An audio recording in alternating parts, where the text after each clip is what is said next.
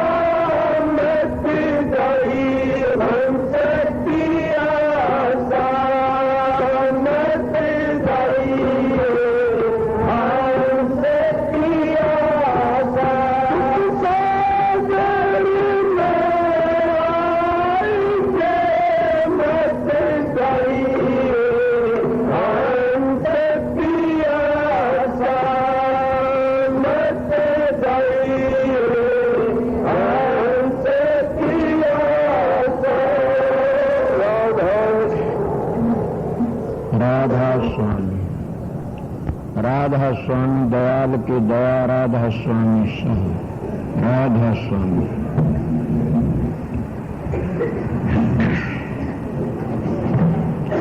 प्रेमियों, सत्संगियों, माता और बहनों, सबका आगे बेनती से जितनी बार सत्संग हो शांति तो सुनते रहे।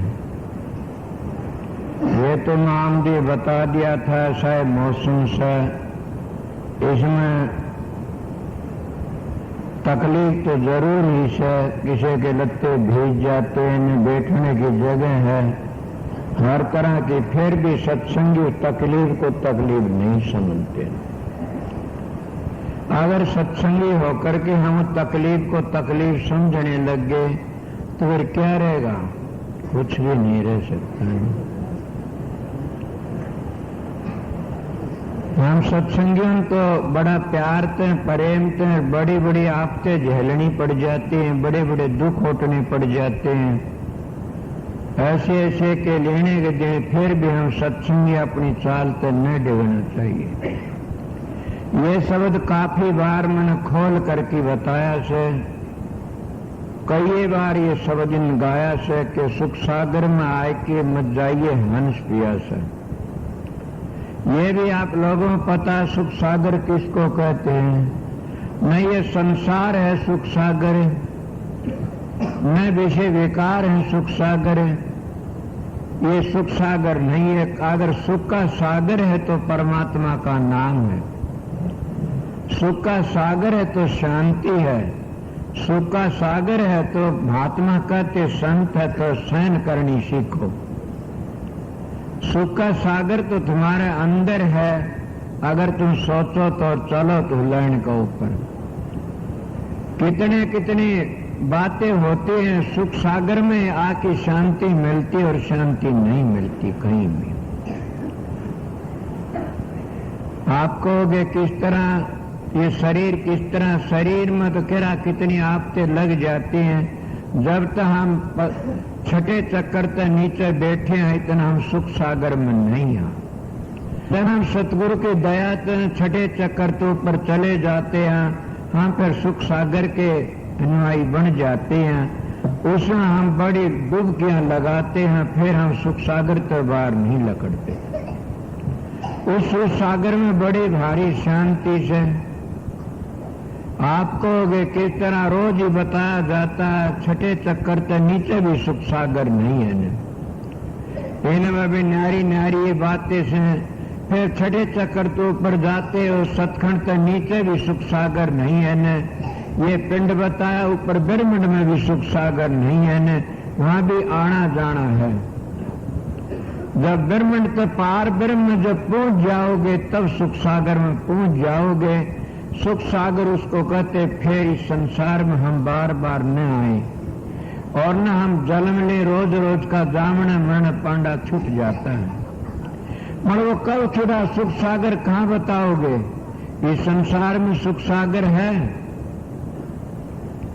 बताइए किसी को सुख सागर महसूस होया हो तो इस संसार में? किसी ने पुत्रों का दुख है, किसी धी जमाइयों का दुख है, किसी ने बीमारी का दुख है, समझ गए किसी ने किसी चीज का दुख है, किसी ने किस चीज का दुख है। पर मैं बता देता हूं कि सुख सागर में पहुंच जाते हैं उनको भी अगर सुख सागर के नीचे उतर आते तो दुख बन जाता, कोई न कोई ऐसी बातें आ जाती है। मैं एक बार गया हुआ था होशियारपुर में, महाराज पंडित फकीर चंद जी ने कहा बेटा मैं राधा स्वामी धामता आया हूं, और मैं राधा स्वामी धामता में सतपुरुष का अवतार हूं। पर वो एक बातें कहने लगे कि मैं आज 20-25 दिन तो बीमार हूं, मेरी सुर तो अंदर नहीं जाती नहीं। ये लोग कहते हैं कि हम तुम्हारी सुर चली, मेरी तो नहीं गई बेटा। हमें बीमारी में पकड़े आंसू, क्या मैं सुख सागर में हूं? अब बताओ आप क्या कहोगे? वह थे तो सुख सागर में, जब वृत्ति नीचे उतर आती है तो वह दुख सागर में फंस जाते हैं, और उसी वृत्ति को जब हम छठे चक्कर तो ऊपर ले जाते हैं दुख सुख पा करके न, फिर हम सुख सागर में चले जाते हैं। मैं कई बार सत्संग कराया है कि सुख सागर पे शरीर है, पर मैं आज एक बातें बताता हूं। आप लोगों ने शरीर के 3 हिस्से हैं, बल्कि 3 भी नहीं 4 हिस्से हैं। एक पिंड है, एक ब्रह्म, एक पार ब्रह्म। और सीधे लफ्जों में क्या कहते हैं? सत्वल सूक्ष्म कारण और एक महाकारण। अब इनका न्यारा न्यारा निर्णय करो, कौन से में सुख सागर मानोगे आप लोग? अगर मैं सत्वल का वर्णन करूं, सत्वल में सुख से किसे को, कितने को बूझोगे? सुख सागर नहीं है। सत्संगियों में सीधा मानस में अपनी बातें बता देता हूं। मैं ऐसे गुरु का शिष्य हूं, क्यों नहीं कह बेटा सीधा और सच्ची बातें कहना। यही फकीर ने कहा था, संत ताराचंद तो एक बात प्यारा लगता क्या कि तू सच्चा मानुष है। मैं अपना पेट उगाड़ के दिखा देता हूं हरेक सत्संगी को।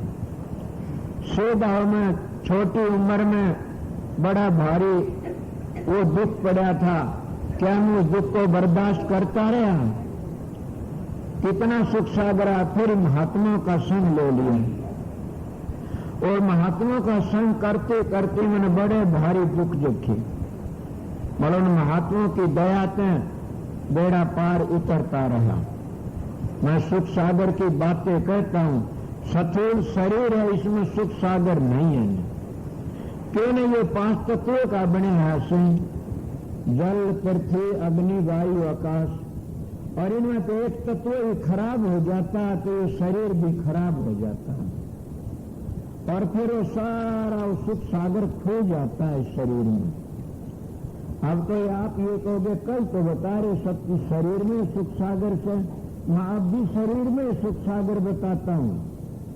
मैं अपनी बातें बताता हूं कि सुख सागर के बिछड़ जाते हैं कई लोग, महात्मा भी बिछड़ जाते हैं।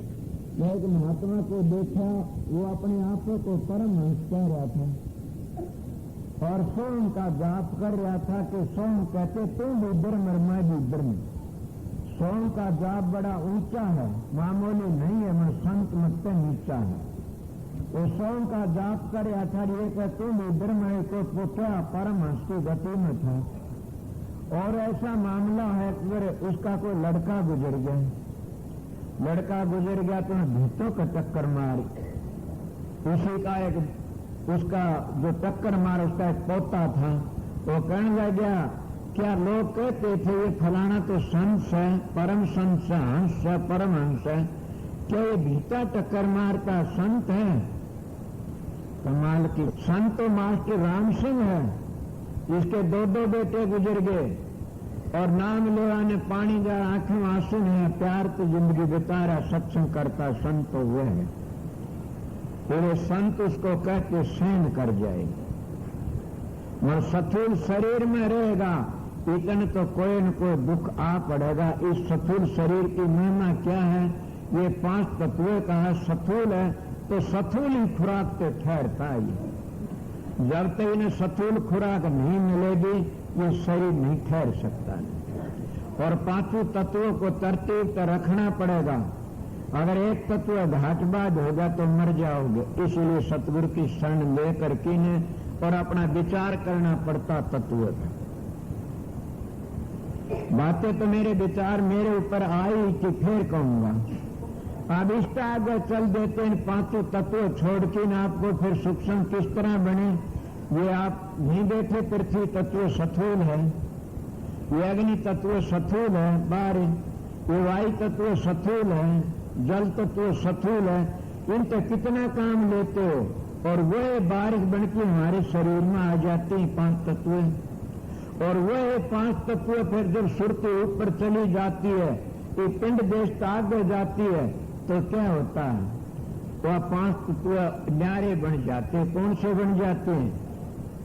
जब यह पिंड को छोड़ करके न ब्रह्म में चलती है, वहां 17 तत्व होते हैं, 17 तत्व, और उन 17 तत्व आज भी महात्मा 17वीं करते हैं। कई महात्मा मर जाते, क्या 17वीं, अरे मरे पीछे 17वीं नहीं, 17वीं तो जिंदगी होती है। हमारे ऋषि मुनियों का नियम था, कोई मर जाता क्या करते, 13वीं कर दो। अरे 13वीं तो मुर्दा की होती है, तो ये मुर्दे थे कि तुम मर गए, क्या करके मरे? पहली मरना सोए मरना, पीछे मरना विपत का भरना। जो पहली मर जाता है ना, वो 13वीं करवा सकता है, नहीं तो होती नहीं। और पहले जो अपनी 17वीं कर लेता, उसी का नाम महात्मा से, वह परमहंसों की गति से। बोला 17वीं क्या?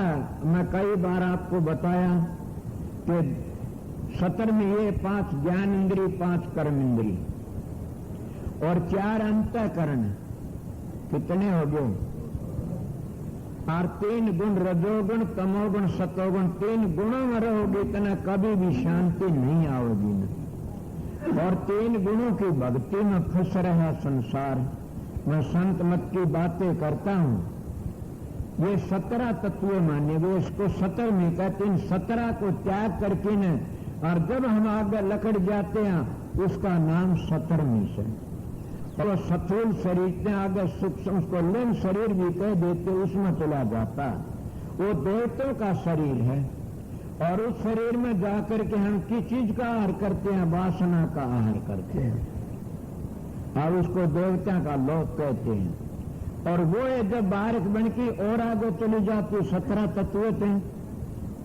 समझ गए होगे मेरी बात ने? मैं पढ़ा लिखा नहीं, सीधी बातें कह देता हूं। वो उनका आगे चला जाता, फिर क्या रहे? 9 तत्व रह जाते हैं। 9 तत्व कौन से? शब्द, स्पर्श, रूप, रस, गंध। और 4 कौन से रह जाते हैं?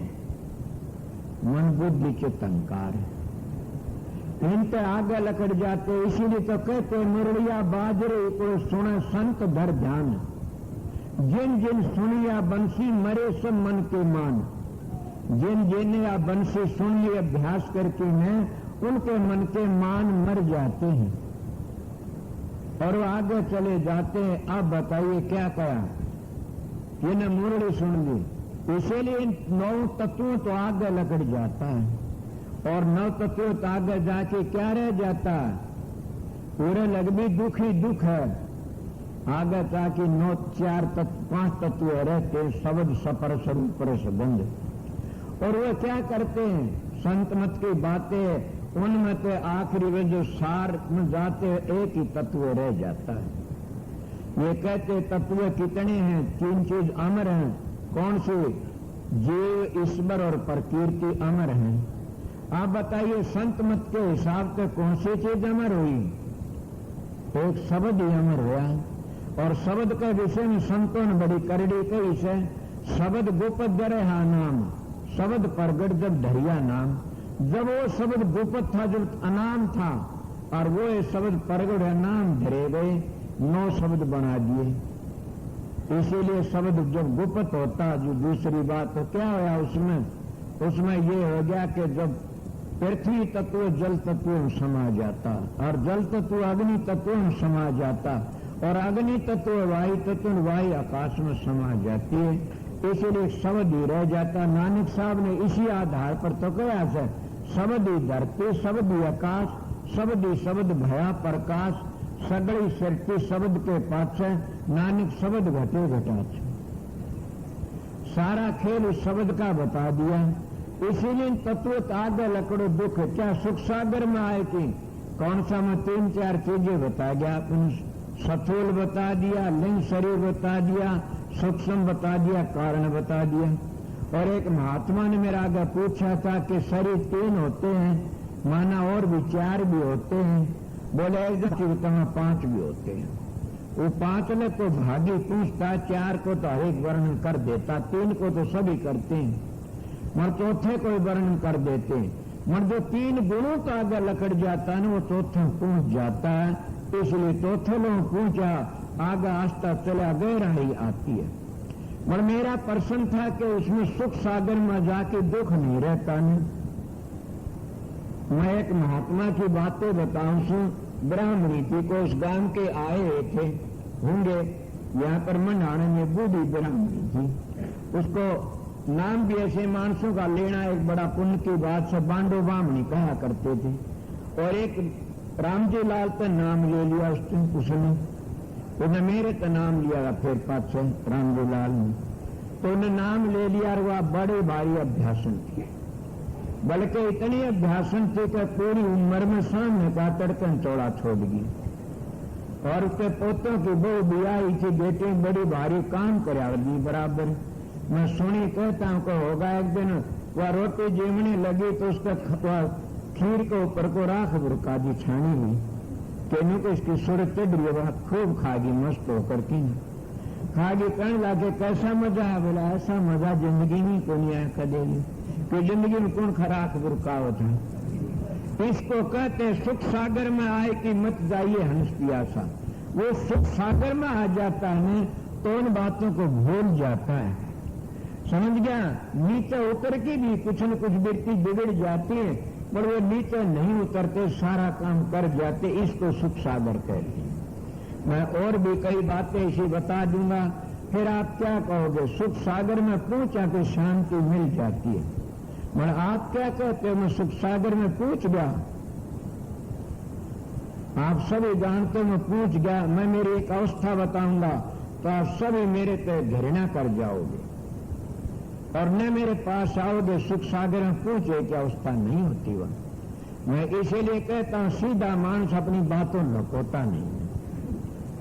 फकीर ने कहने लगा बेटा मेरे को दुख तकलीफ होती है, क्या माना मैं धाम में पहुंच गया, मैं सतपुरुष का रूप कहता था। उन्होंने कहा बेटा मैं तू सच्चा मानस है, इसलिए सच्ची बातें कह देता हूं आपका आगे, और इसीलिए सच्चा से, इसलिए मेरा आप पर दया दृष्टि से कि अपना काम करता है, ये सच्चा होकर रही इस संसार में। मैं आप लोगों को क्या कहूं इन बातों के? सत्संगी होना बड़ा मुश्किल से। कोई एक सत्संगी बन जाता उसका उद्धार हो जाता। बेटे बाप सासू बहुओं का बैर चलता है, भाई भाइयों का बैर चलता है, गुरु चेलों का बैर चलता है, वो उसने देख के राजी को सत्संगी आप सिर्फ देख के राजी को नहीं समझ गए होगे। फिर कहते हम तो सतलोक में पूछ गए ना, गलत बातों से सतलोक में नहीं पूछे ना। सतलोक पूछते तो तुम संत बन जाते। ये बातें है कि आप प्रश्न कर सकते हो कि अगर हमारा उद्धार किस तरह होगा। जब मैं आमदी बैठ के कहा था एक अगर पूछ जाता करोड़ों का उद्धार हो जाता, इसलिए करोड़ों का उद्धार कर देते हैं अगर विश्वास श्रद्धा हो तो, मगर विश्वास श्रद्धा भी गिर जाता है। मैं सुख सागर की बातें कर रहा था, सुख सागर तो बता गया मैं आपने। और इस रस के कारण महात्मा राजा भी राज छोड़ के साधु बन गए और अपना सब कुछ छोड़ दिया। रानी भी, भोग विलास भी, सब आराम भी छोड़ दिए और साधु बन गए। किसके लिए? सुख सागर के लिए। हे प्रेमियों सत्संगियों, मैं भी सुख सागर के लिए लकड़िया था, समझ गए। मैं भी सुख सागर के लिए लकड़िया था। मैं क्या लकड़िया? शुरू में लकड़िया तो माई पूत बछेवा हो गया। फिर मेरा बाप भी ऐसा था। फिर मैं महात्माओं की शरण गई, उन महात्माओं शरण में भी किरा के हुंदा रहा, समझे। मैंने मेरी जिंदगी में 2 चोरी करी, मैंने चोरी नहीं करी कभी। मैं आप लोगों को अकीम दिलाता हूं। कौन सी? 1 बार 1.5 सेर बाजरी सट्टी तोड़ी, 1 बार 2 घूंघरू तोड़े। मेरी जिंदगी का तजर्बा बताता हूं। बाजरे सिट्टी तोड़ी तो हम 3-4 दिन के भूखे थे दोनों बाप बेटा, और वो भी नेम करके तोड़ी थी। इतना बाजरा मैं दे दूंगा लकड़े, मेरे पास क्या होगा? मर दिया, उन्हें लिया नहीं ना। घूंघरू होड़िया देना में नाचा कर देना। मेरे पास एक घूंघरू था, मैं किसी 84 में 2 काट लाया। वो दरिया उस एक ने भी ले गए, वो दोनों ओसा ने देखा, वो एक भी कोई ना, तीनों चले गए। मैं बोला लो भाई, वो दोनों ले आया था, उसने भी ले गए को उठा ले गया। हाल गमन उधर सोचा तोड़ी में लिए मजा। इन्हें में आप लोग कभी मैं झूठ नहीं बोल